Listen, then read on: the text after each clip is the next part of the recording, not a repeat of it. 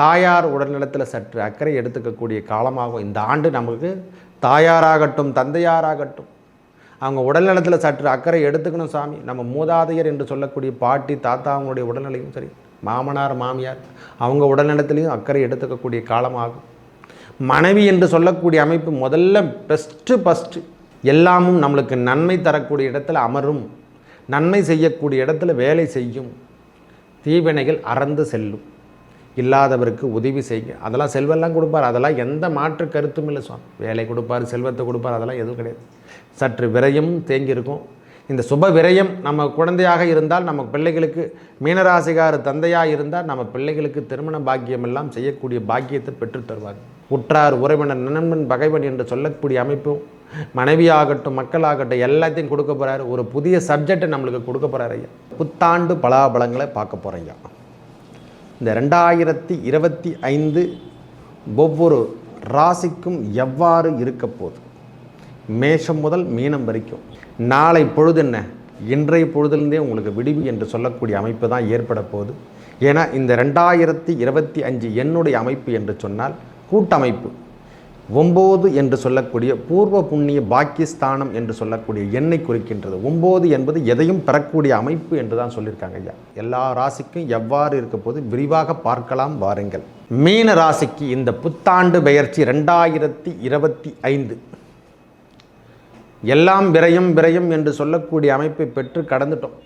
நம்ம வீடு கட்டுறோம், அதை கடன் வாங்கிட்டோம், எல்லாமே செஞ்சுட்டோம். நம்ம இதெல்லாம் எப்படி நடந்தது, கணவன் மனைவிக்குள் கருத்து வேறுபாடு இதெல்லாம் எப்படி நடந்தது, போராட்டாதி ஒரு பாதம் உடையவரும் அனுஷ் அதாவது உத்திரட்டாதி என்று சொல்லக்கூடிய 1 2 3 4 பாதம், ரேவதி 1 2 3 4 பாதம். ஏன்னா நமக்கு ராசிநாதன் என்று சொல்லக்கூடிய குரு பகவான் இது வரைக்கும் சரியான முறையில் இடத்துல அமரலை, நம்மளுக்கு யோகத்தையும் இன்னும் கொடுக்கல சாமி. ஏன்னா அதை முதல்ல உண்மையை சொல்லிடணும்.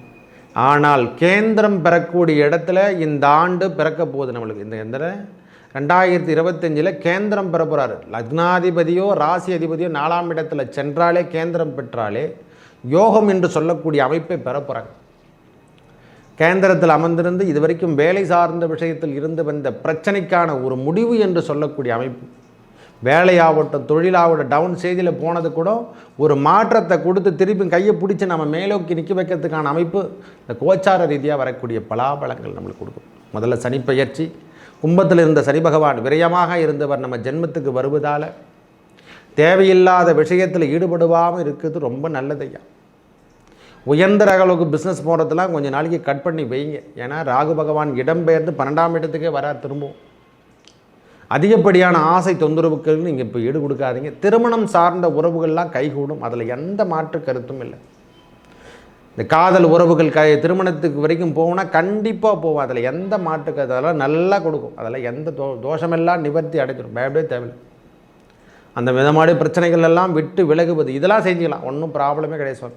அதிகப்படியான ஷேர் மார்க்கெட்டு பிஸ்னஸ், தேவையில்லாமல் ஆசை, வெளியூர் பயணங்கள் வெளிநாடு பயணங்கள் ஏற்றம், வெளியூர் பயணமோ வெளிநாடு பயணமோ நாம் சென்று அங்கே பிஸ்னஸ் பண்ணுறாமல் இருந்தால் உங்களுக்கு ஏற்றம் தரும். இதில் எந்த மாற்று கருத்தும் இல்லை, நல்ல உயர்வனை கொடுக்கும், அதில் எதுவுமே கிடையாது. நாம் சொந்த மண்ணில் இருந்தால் கொஞ்சம் பிரச்சனை கொடுக்கும். குடும்பத்தில் இருக்கக்கூடிய பிரச்சனைக்கெல்லாம் ஒரு முடிவு கட்டக்கூடிய காலமாக சனி பகவான் வந்துட்டுருக்கார். கொஞ்சம் வேகத்தை குறைச்சிங்க. இந்த நேரத்தில் அதிகப்படியான கோபத்தன்மை இருக்கும். ஜென்மசனி நடைபெற்றாலே கோபம் சற்றுன்னு ஏறும். ஒரு மனிதனுக்கு எப்படி தாக்கத்தெல்லாம் கொடுப்பார்னா சனி பகவான் அந்த இடத்துக்கு ஜென்மத்துக்கு வருவதும், 3ஆம் இடத்துல இருந்து வந்த குரு பகவான் இடம்பெயர்ந்து இது வரைக்கும் கம்யூனிகேஷனே இல்லைன்னா 4ஆம் இடத்துக்கு இடம் போகிறது. அந்த கம்யூனிகேஷன்லாம் இப்போ கிடைக்கும். அதனால சொன்னேன், இந்த கம்யூனிகேஷன் மொத்தமே கிடைக்க போகுது. உங்களுக்கான அமைப்பு எல்லாமே வித்ட்ராப் ஆகிட்டு போகுது. தாயார் உடல்நலத்தில் சற்று அக்கறை எடுத்துக்கக்கூடிய காலமாகும் இந்த ஆண்டு. நமக்கு தாயாராகட்டும் தந்தையாராகட்டும் அவங்க உடல்நலத்தில் சற்று அக்கறை எடுத்துக்கணும் சாமி. நம்ம மூதாதையர் என்று சொல்லக்கூடிய பாட்டி தாத்தா அவங்களுடைய உடல்நிலையும் சரி, மாமனார் மாமியார் அவங்க உடல்நலத்திலையும் அக்கறை எடுத்துக்கக்கூடிய காலமாகும். மனைவி என்று சொல்லக்கூடிய அமைப்பு முதல்ல ஃபஸ்ட்டு அவங்களையும் நாம் அக்கறை எடுத்துக்கணும். வேலை தொழிலெலாம் ஒன்றும் பிரச்சனை இல்லை, நீங்கள் எல்லாமே அதெல்லாம் ஃபேஸ் பண்ணி வந்துடுவீங்க. வேலையாகட்டும் தொழில் ஜூன் மாதம் வரைக்கும், ஜனவரி பிப்ரவரி மார்ச் ஜூன் வரைக்கும் கொஞ்சம் பொறுமையை கடைபிடித்து வாங்க.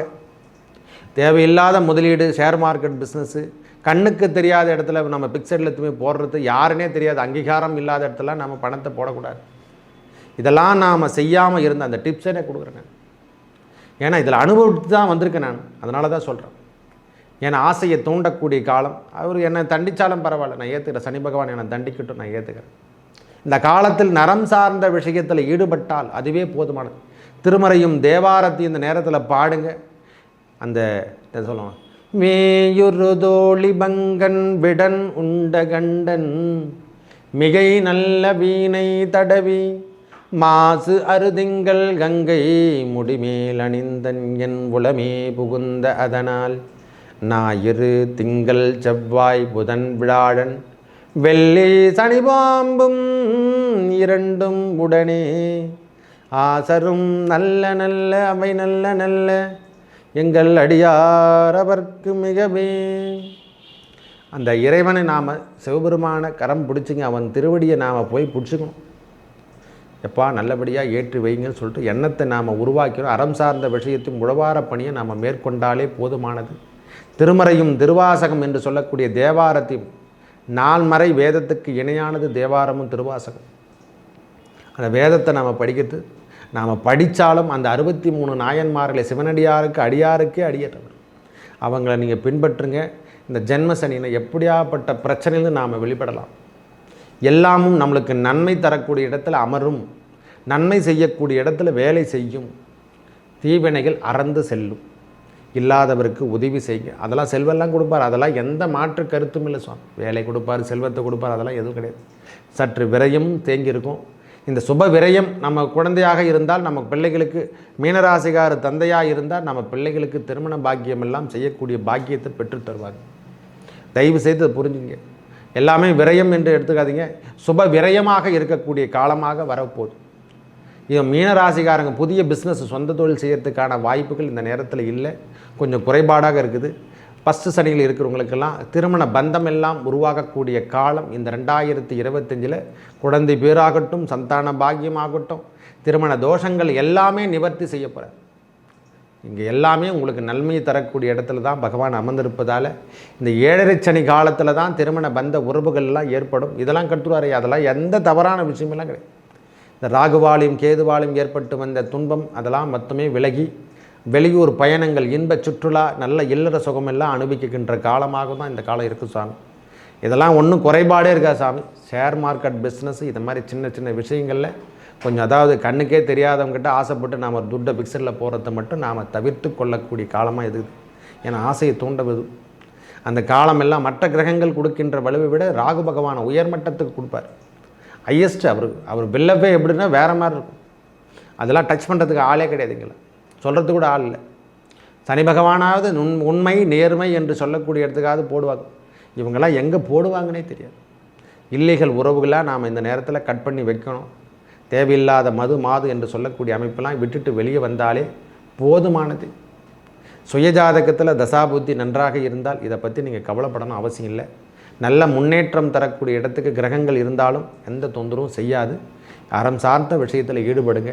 ஜாதகம் பார்க்க வேண்டும் என்றால் இந்த நம்பர் கீழே இருக்கக்கூடிய நம்பருக்கு கால் பண்ணுங்கள், கன்சல்டிங்கில் கேளுங்க, ஸ்கிப் பண்ணாமல் பாருங்கள்.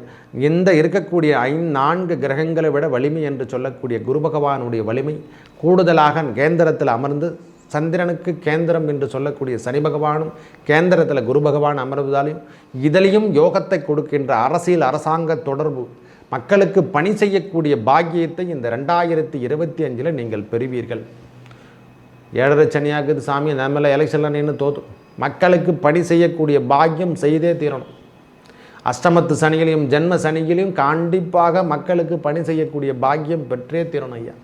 மக்களுக்காக நம்மளுக்கு அவங்களுக்கு எந்த பற்று இருக்காது, ஆனால் நாம் அதை செஞ்சே ஆகணும். அந்த மாதிரி காலம் எல்லாம் கொடுப்பார். அவர் தான் உயர்வனை தரவரைப்பர். மக்கள் தான் சனி பகவானே, அதை தெரிஞ்சுக்கணும். இதிலே நாம் உணர்த்த வேண்டிய விஷயங்கள் இந்த ஜென்ம சனி கடக்கும் பொழுதே எல்லா விதமான செல்லுகளையும் நாம் உணர்த்தி வச்சுருவார். உற்றார் உறவினர் நண்பன் பகைவன் என்று சொல்லக்கூடிய அமைப்பும் மனைவியாகட்டும் மக்களாகட்டும் எல்லாத்தையும் கொடுக்க போகிறாரு. ஒரு புதிய சப்ஜெக்டை நம்மளுக்கு கொடுக்க போகிறாரு ஐயா.